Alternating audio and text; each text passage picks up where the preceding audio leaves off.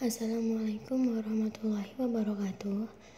Kali ini saya akan membacakan tentang hadis sunnah menyembelih sendiri dan tidak mewakilkan, serta membaca basmalah dan takbir. Anas berkata, Nabi pernah berkurban dengan 2 domba putih yang bertanduk. Beliau menyembelihnya dengan tangan beliau sendiri sambil menyebut nama Allah dan bertakbir. Dengan meletakkan kaki beliau dekat pangkal leher domba tersebut. H.R. Bukhari dan Muslim. Boleh menyembelih dengan segala alat yang dapat menumpahkan darah, kecuali gigi, kuku, dan tulang. Rafi bin Hadij berkata, Aku berkata kepada Rasulullah, besok kita akan bertemu musuh, sementara kita tidak lagi mempunyai pisau tajam. Beliau menjawab, sembelihlah dengan sesuatu yang dapat mengalirkan darah. Sebutlah nama Allah lalu makanlah, kecuali dengan gigi dan kuku. Aku jelaskan kepada kalian, gigi itu sejenis tulang, sedangkan kuku adalah alat yang bisa digunakan oleh bangsa Habasyah untuk menyembelih. Kami lalu mendapatkan rampasan unta dan kambing.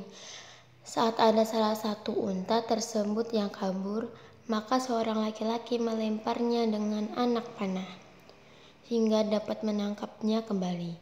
Maka Rasulullah bersabda, sesungguhnya di antara unta-unta ini ada yang liar sebagaimana binatang buas. Jika kalian merasa susah dibuatnya, maka lakukanlah seperti itu. H.R. Bukhari dan Muslim. Rafi bin Hadij berkata, kami bersama Nabi di Zulhulaifah ketika sebagian orang terserang lapar.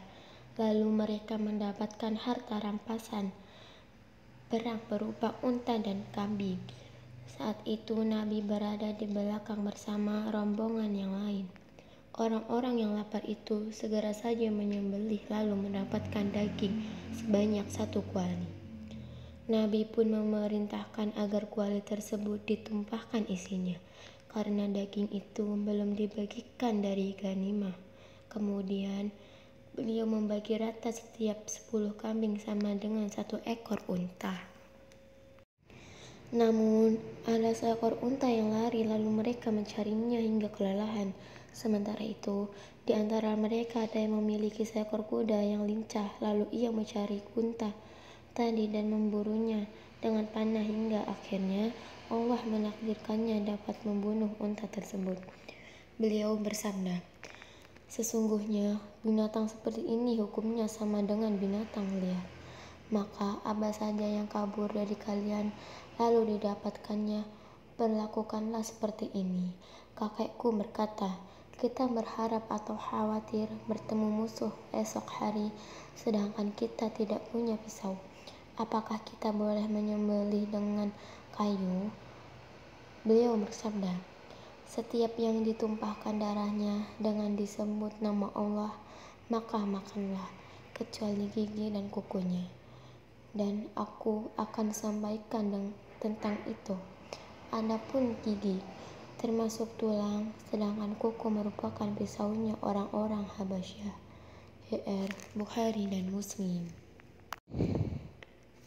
Larangan makan daging kurban lebih dari 3 hari, kemudian dimasuk dan dibolehkan sesukanya. Abdullah bin Umar berkata, Rasulullah bersabda, makanlah daging kurban selama 3 hari.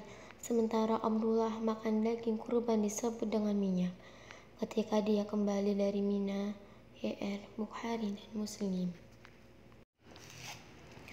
Aisyah berkata, kami pernah menggerami daging kurban, lalu kami menyerahkannya kepada Nabi di Madinah.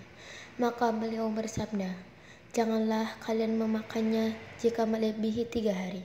Hal ini bukan karena keharusan, akan tetapi aku hanya hendak membagikannya kepada orang lain. Wallahu a'lam. H.R. Bukhari dan Muslim.